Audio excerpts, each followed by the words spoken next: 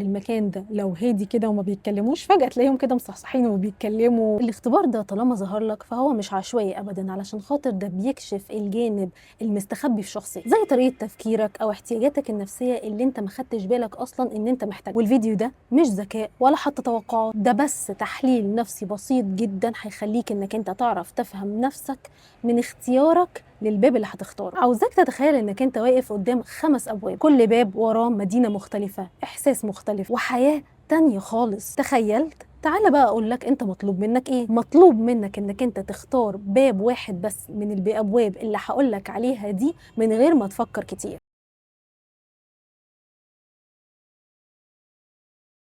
أول باب باب البحر، تاني باب المدينة الريفية، باب مدينة خريف فيها جو خريفي كده، رابع باب مدينة تلاقيها بالليل وهادية جدا، خامس باب مدينة بيتساقط فيها التلج. عايزاك تركز وتاخد نفس عميق وتختار باب من الأبواب دي، وتعالى نشوف التحليل. لو اختيارك رقم 1 باب البحر، أكيد اختيارك ده مش اختيار صدفة أبدا. البحر في علم النفس بيرمز للحرية والعمق والمشاعر اللي ملهاش حدود، واختيارك ليه بيكشف عن جوانب خفية ومستخبية في شخصيتك جدا. أولها إن الحرية رقم 1 عندك، ودي مش رفاهية، دي حاجة أساسية جدا، لأنك شخص ما بيعرفش أبدا إن هو يعيش مقيد، سواء في علاقة أو في شغل، أو حتى لو حد فرض عليك فكرة أنت مش عاجباك. دايما هتلاقي نفسك محتاج للمساحة الخاصة بتاعتك، تحس فيها إنك أنت قادر تتنفس براحتك وتفكر وتكون على طبيعتك من غير أي ضغط. أي حاجة هتحسسك إنك أنت مقيد أو محاصر أو مربوط ابدا مش هتكون، حتى لو الحاجه دي فيها امان واستقرار برضه مش هترضى بيها. تاني حاجه، انت شخص مستقل جدا، بس طبعا مش بارد. بتحب جدا انك انت تكون معتمد على نفسك، وبتحب انك انت تبني حياتك بايدك وبمجهودك. انت مش مستني حد ابدا ان هو ينتقدك او حتى يقرر بالنيابه عنك، بس ده مش معناه انك انت مش شخص عاطفي او مش بتحس، ده بالعكس جدا.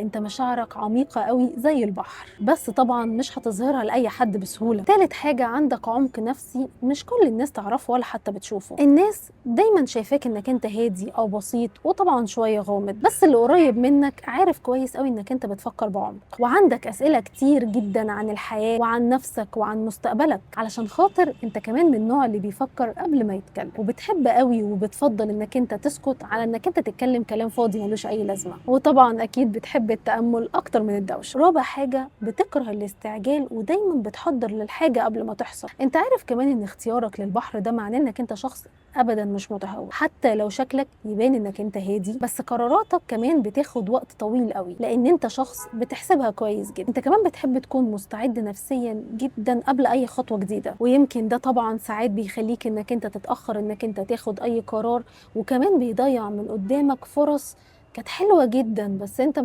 للأسف مش بتستعجل أبدا. بس انت في المقابل لده انت مش بتندم أبدا على أي فرصة ضاعت منك. 5، أحيانا أو ساعات كده بتهرب للهدوء. لما بتضغط وبتتعب نفسيا قوي هتلاقي نفسك بتاخد خطوة لورا شوية كده وتعمل العزلة بتاعتك، مش علشان خاطر انت بتهرب من المشاكل، انت علشان خاطر بس بتحب انك انت تشحن الطاقة بتاعتك. الوحدة بالنسبة لك أبدا مش ضعف، دي علاج مهم جدا ليك. نقول بقى الخلاصة علشان خاطر انت اخترت البحر، طبعا اختيارك ده مش حاجة عشوائية أبدا، فأنت شخص حر ومستقل وعميق وهادي من جواك وقوي من بره، ودايما هتكون محتاج انك انت توازن ما بين مساحتك الشخصية والقرب بين الناس. اما بقى لو اخترت الباب رقم 2 اللي هو يعتبر مدينة ريفية، اختيارك ده بيدل انك انت شخص بتحب جدا الهدوء، وميال طبعا للحياة الهادية، بتحب المساحة الخاصة بيك، ولما بتكون لوحدك هتلاقيك بتحس انك انت بتفهم الدنيا والعالم اللي حواليك اكتر. طريقة تفكيرك بتفكر بعمق وغير تقليدي ابدا في تفكيرك، بتحب تحلل الامور على مهلك واحدة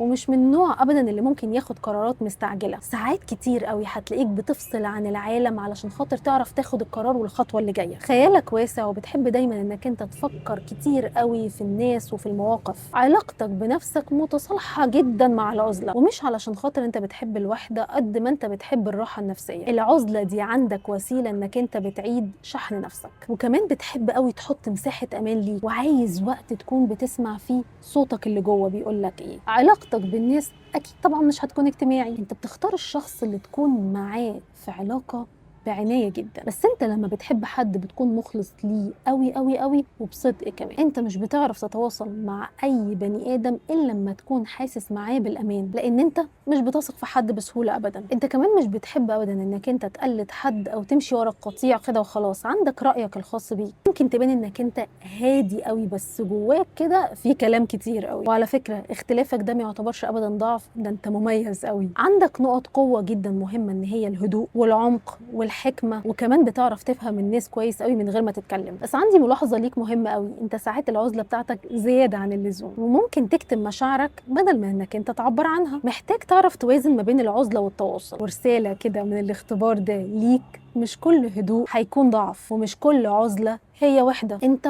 شخص نادر جدا، بتفكر بقلبك وبعقلك الاتنين كده مع بعض. بس افتكر ان اللي حواليك محتاجين يشوفوا حتة صغيرة من العالم اللي جواك. لو اخترت الباب رقم 3، باب المدينة اللي فيها جو خريفي، فده معناه انك انت شخصيتك واضحة جدا وحضورك قوي قوي. بتحب الحياة بكل الالوان بتاعتها ومنجذب لاي حاجة فيها حركة وتجديد. انت دايما شخص بطبعه متحمس، عندك طاقة ايجابية هتلاقيها كده بتوصل لكل الناس اللي حواليك. ووجودك في اي مكان بيعمل فرق رهيب جدا. بتحب الضحك والكلام وانك انت تشارك الناس في الاحداث كتير قوي. انت اصلا من النوع اللي اول ما بيدخل المكان ده لو هادي كده وما بيتكلموش، فجأة تلاقيهم كده مصحصحين وبيتكلموا وفي طاقة كده ايجابية انت بتنشرها. الخريف كمان ده يعتبر رمز مهم جدا للجمال والطبيعة. انت اصلا عاشق للالوان والتفاصيل، بتاخد بالك من الجمال في ابسط الحاجات اللي موجودة. عندك حس وذوق فني عالي قوي، حتى لو انت ما تعرفش دوت ولا واخد بالك منه. انك انت تعبر عن نفسك عمر ابدا ما ده يخوفك،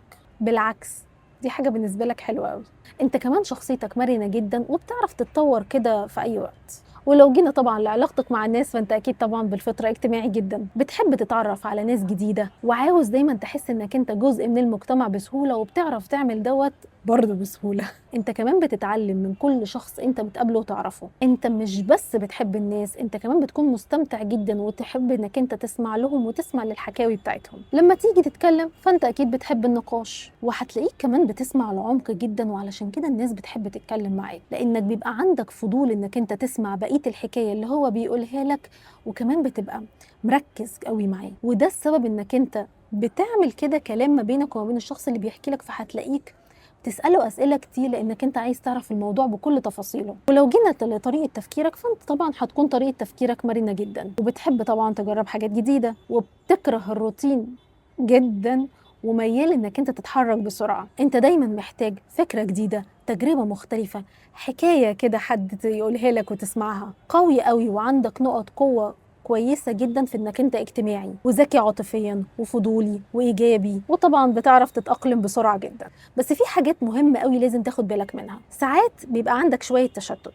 ممكن تبدأ حاجات كتيرة قوي بس ما تكملش ولا حاجة فيهم لحد النهاية، وعندك اندفاع فظيع بيخليك انك انت تتعب نفسيا. مهم قوي انك انت يعني تاخد شوية هدوء كده وتسمع لنفسك. لو اخترت الباب رقم 4 اللي هو باب المدينة بتاعت بالليل كده الهادية قوي، فانت شخص غير تقليدي خالص. صعب جدا اللي حواليك يفهموا تصرفاتك او حتى يتوقعوها، لانك دايما هتلاقيك افكارك خارج الصندوق. عندك عالم مليان كده جواك، هادي من بره بس عقلك شغال طول الوقت. بتحب تفكر في الحياة والمعنى والمستقبل، وميال للتأمل أكتر من الكلام. انت مش كتوم علشان خاطر انت خايف، لأ، انت كتوم علشان خاطر انت مش بتحب الكلام الفاضي اللي ملوش لازمة. عندك علاقة بالمجهول والتغيير. الليل هنا رمز قوي قوي، دايما هتلاقيك منجذب للتجارب الجديدة والغير مضمونة. بتحب تكتشف حتى لو الطريق قدامك مش واضح، انت عايز تعرف ايه اللي موجود في نهايته. وجواك مشاعر غريبة جدا مخليك تروح للحاجات الغير مألوفة. التطور ده مهم عندك أكتر من إنك أنت تحس بالأمان. علشان كده ممكن تلاقي نفسك بتغير حياتك فجأة، واللي حواليك أصلا بيتفاجئوا أنت عملت كده ليه.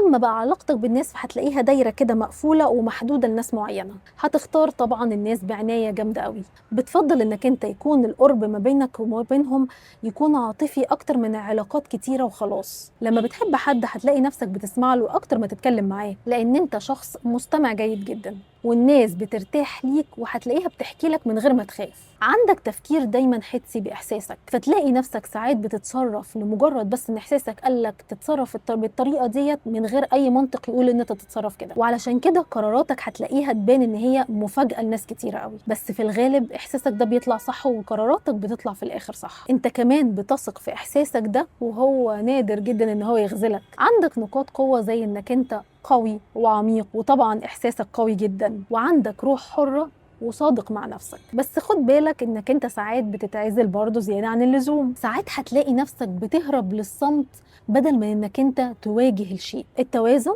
مهم جدا، واعرف ان مش كل اللي بيفهموه الناس لازم يتقال، ومش كل طريق واضح هو الطريق الصح. انت اصلا شخص استثنائي. وافتكر كمان ان ساعات النور بيظهر في المشاركه مش في العزله. لو اخترت الباب رقم 5، باب المدينه اللي بيتساقط فيها التلج، ده معناه انك انت شخص عميق التفكير جدا، ودايما بتدور على الهدوء الداخلي اكتر من اي حاجه تانية. الدوشه والزحمه بتتعبك نفسيا، وعلشان كده بتختار العزله الهاديه مش العزلة المؤلمة. انت من الناس اكيد اللي بتحب تقعد مع نفسها، تراجع افكارك ومشاعرك، تفهم نفسك قبل ما تفهم العالم. الصمت عندك راحة مش فراغ. ساعات طويلة جدا لوحدك ابدا مش هتخوفك، بالعكس دي بتحسسك جدا بالامان. عندك طريقة تفكير عميقة وفلسفية بتخليك تسأل اسئلة كتيرة جدا في الحياة، بتحاول تفهم المعنى اللي مش ظاهر ليك، وميال للتأمل والتفكير الهادي. انت مش ساذج ولا سلبي، انت واعي اكتر كتير جدا من اللي حواليك. التلج رمز قوي لشخصيتك لان معناه الصفاء والهدوء والنقاء والبطء الجميل، وده شبهك قوي.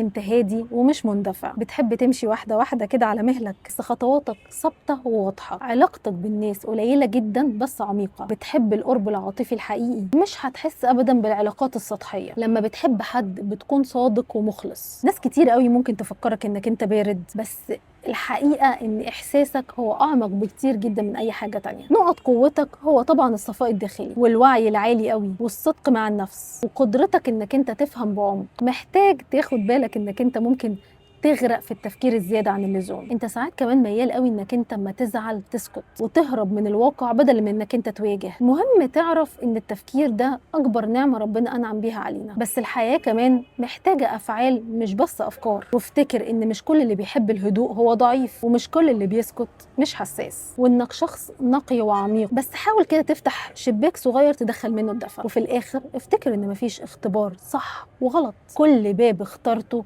هو ما كانش صدفة، ده انعكاس لحاجة جواك محتاجها في الوقت ده في حياتك. ممكن هدوء أو حركة أو غموض أو عمق أو عزلة دافية. وعلشان تفهم نفسك أكتر فاسمع لها، واحترم دايما إحساسك.